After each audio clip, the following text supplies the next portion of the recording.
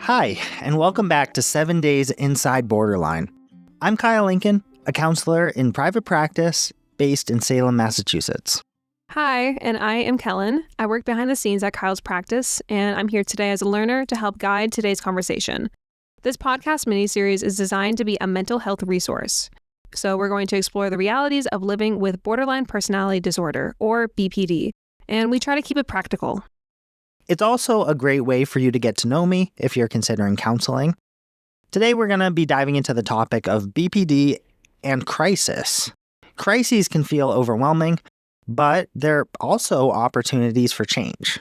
In this episode, we'll break it all down from understanding what a crisis is to creating a plan for the future. We'll talk about what defines a crisis, why they happen, and how to navigate them. And by the end of this episode, you'll hopefully have a few more tools at your disposal to manage crises in ways that support growth and resilience.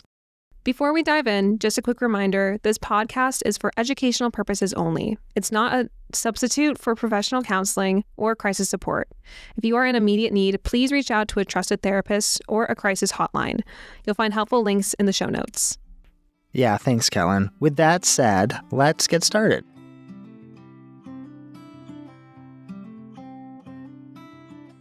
Before we explore the different ways we might respond to a crisis, let's define what a crisis actually is. From a mental health perspective, a crisis isn't just about what happens, it's also about how you experience it. So it's not just the situation itself, it's how it disrupts what feels stable or manageable for someone. Right. Take this example. Two people lose their jobs. One sees it as a chance to start fresh. The other feels like their world is falling apart. The situation is the same, but how they experience it makes all the difference. Right.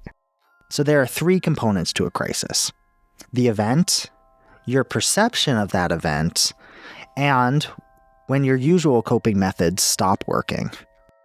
So it's not just the event itself, like losing your job, but it's also whether your go-to strategies are effective at managing the stress. Yes, a mental health crisis seems to happen when your typical problem solving isn't working anymore, and the stress from unmet needs keeps building and building without relief. It's like trying to put out a growing fire with an empty bucket, and eventually you become overwhelmed because the size of the fire feels unmanageable. That's a helpful way to think about a crisis. Now, one of the most important things I've learned is that every response you have in a crisis, especially risky behaviors common in BPD, serve a purpose. Everything you do is functional. Even things that seem dysfunctional are functional.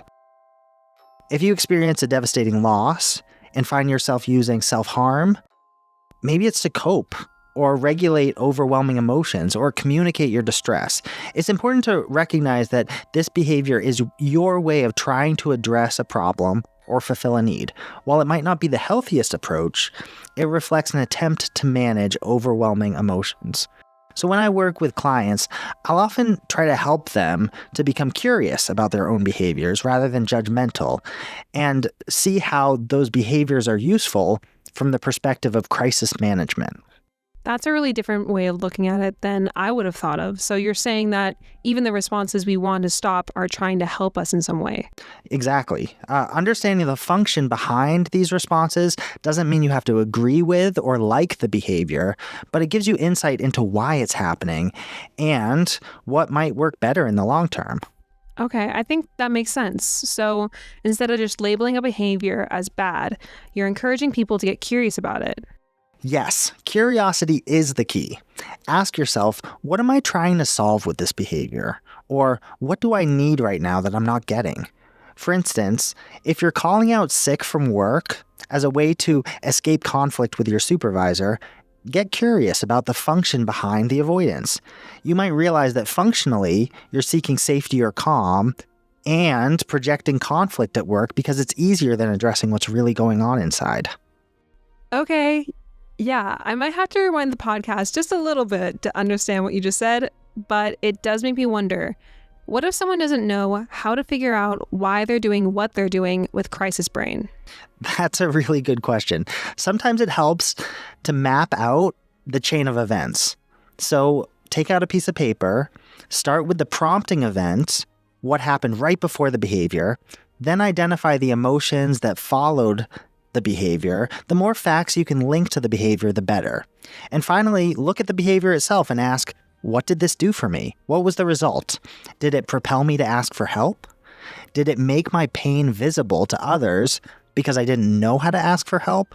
Was it a form of revenge, self-sabotage? You can be the detective in your own life.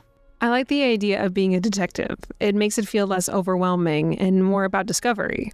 Exactly, and it can be a helpful way to refocus your attention in a crisis. Once you understand the function behind what you're doing, you can start exploring other ways to meet the same need. For instance, if self-harm helps you regulate emotions, you might try grounding techniques to bring the focus you need to the present moment, or physical activities like squeezing a frozen mandarin orange, which is a harm reduction technique. The key is not just taking something away without replacing it, because that's going to leave a functional gap in your life. One of the ways crisis can propel change is by giving you the chance to expand your toolkit. So I've never heard of the squeezing a mandarin orange, but I really like that. So, okay. So step 1 is understanding the why behind the reason. What's after that? Okay, so once you've mapped out the why, once you understand the function, it's time to build a toolkit for healthier responses. We'll break down some practical strategies in the next segment.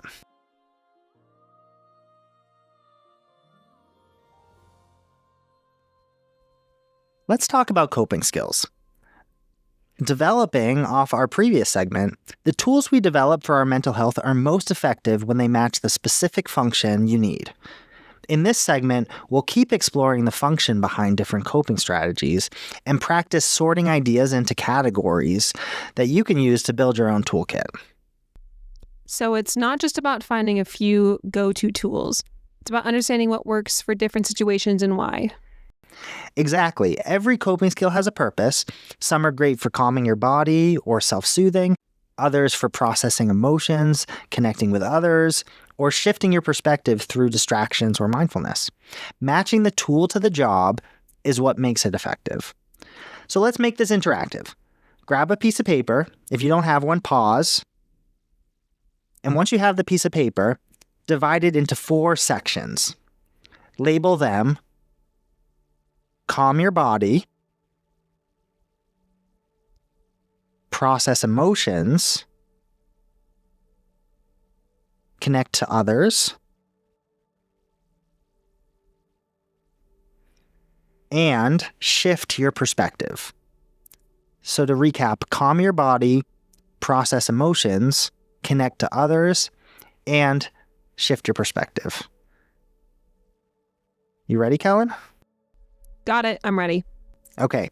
I'm going to give you a list of coping ideas, and your job is to classify them into the category you think fits best. Some might overlap, but just go with what makes sense to you. Okay, let's do it. Okay, here's the first one. Deep breathing. Calming your body. Next, journaling. Processing your emotions. Great. What about calling a friend? Connect to others. Now, how about practicing gratitude? Shift your perspective. Nice job. Okay, so let's pick up the pace here. Here's the full list. Listeners, you can play along and write these down in your own categories. Stretching.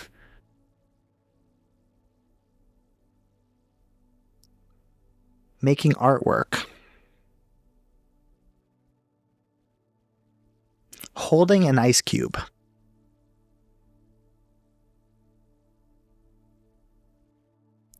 Writing a letter you don't send.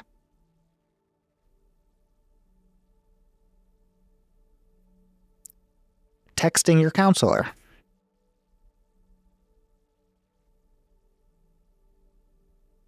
Doing a 500-piece puzzle.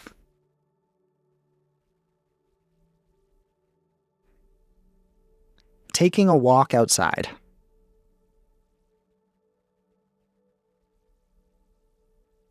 Practicing radical acceptance.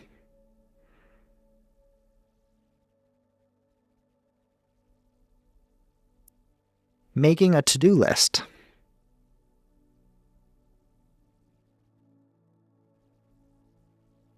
venting to a friend,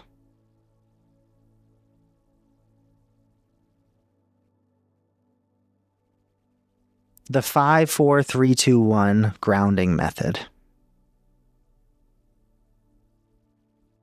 prayer or meditating,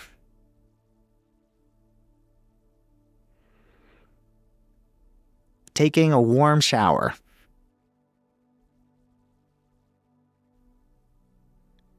taking a cold shower,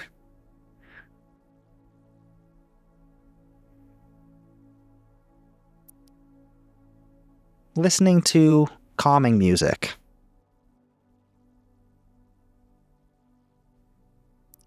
listening to upbeat music,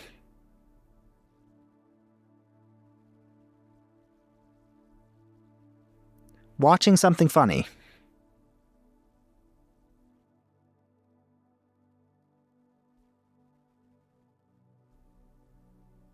squeezing a stress ball,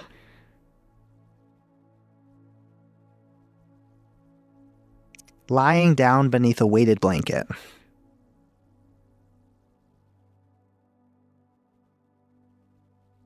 zoning out to video games,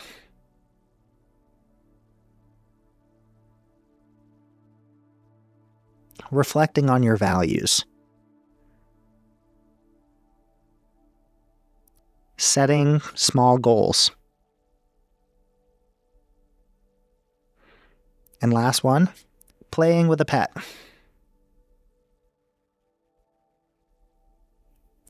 As you go through the list, notice how different tools fit different functions. Some might even fit into more than one category, and that's okay. Okay, that was actually kind of fun. It's really helping me think about what tools I might already use or could try to use in the future. Yeah, that's a really good point. And this list is far from exhaustive. It's just a start. Once you sorted everything, you can focus on trying a few ideas. The more you practice, the more those ideas become skills you can rely on. I'm not sure if any other counselors make this distinction, but I believe there's a big difference between coping ideas and coping skills. A coping idea is something you think might work, but it's untested. A coping skill is something you've practiced, refined, and built into a habit, so you know it works for you. So it's about testing out tools, not just coming up with a list? Exactly. Experimenting outside of a crisis turns ideas into reliable skills. Another thing to keep in mind here is that, the process of finding the right tools or skills isn't always linear. Some tools might work for a while and then stop, or they might become useful later in life. I found that it's always helpful to have a few tools also that are geared towards times when emotions feel pretty intense, like tipping the temperature. I don't think I've heard that one. So for this one, you pretend you're in a pool and trying to hold your breath for 30 seconds or as long as you can. It actually helps to fill a bowl of cool water and fully submerge your face in it. And without getting too technical, this activates the dive reflex, which helps slow your heart rate and calm intense emotions. I love how accessible all these coping mechanisms that you mentioned are. Like everyone, at least I know that I have a popcorn bowl that I'd be willing to empty out, wash, and fill with water if need be. Yeah, totally. Okay, so as we wrap up this section, remember the goal is to keep learning about yourself and to practice these skills outside of a crisis, because coping ideas are just ideas. No one can develop a skill for you. That takes work, and you need skills to navigate crises. In the next segment, we'll talk about how to take these tools and create a personalized plan for your future.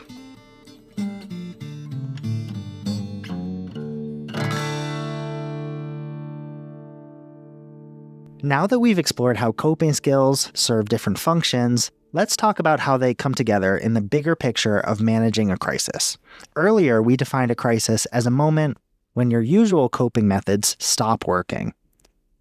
When we think about crisis management for someone with BPD, it's less about finding new tools or creating a new plan in the moment, and more about using tools and strategies you've already built. That makes sense, but if someone's tools aren't working in the moment, How do they start using them again? That's where the idea of a health activating response comes in.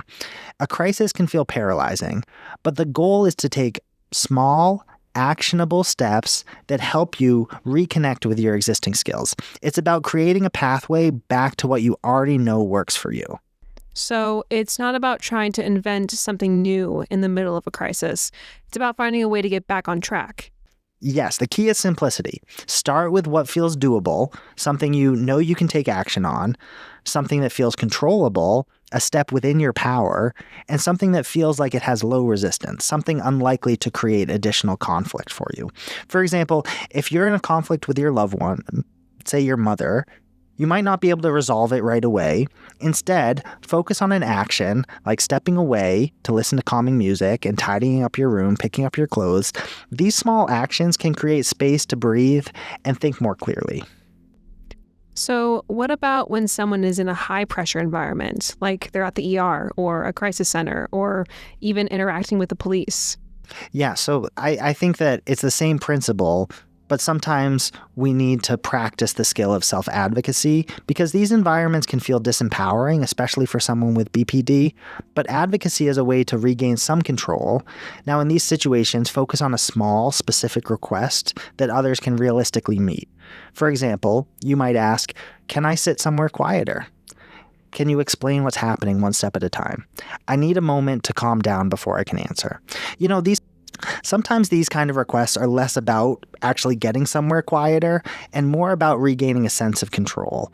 It's a way that acknowledges the intensity of the situation and giving others a clear way that they can help.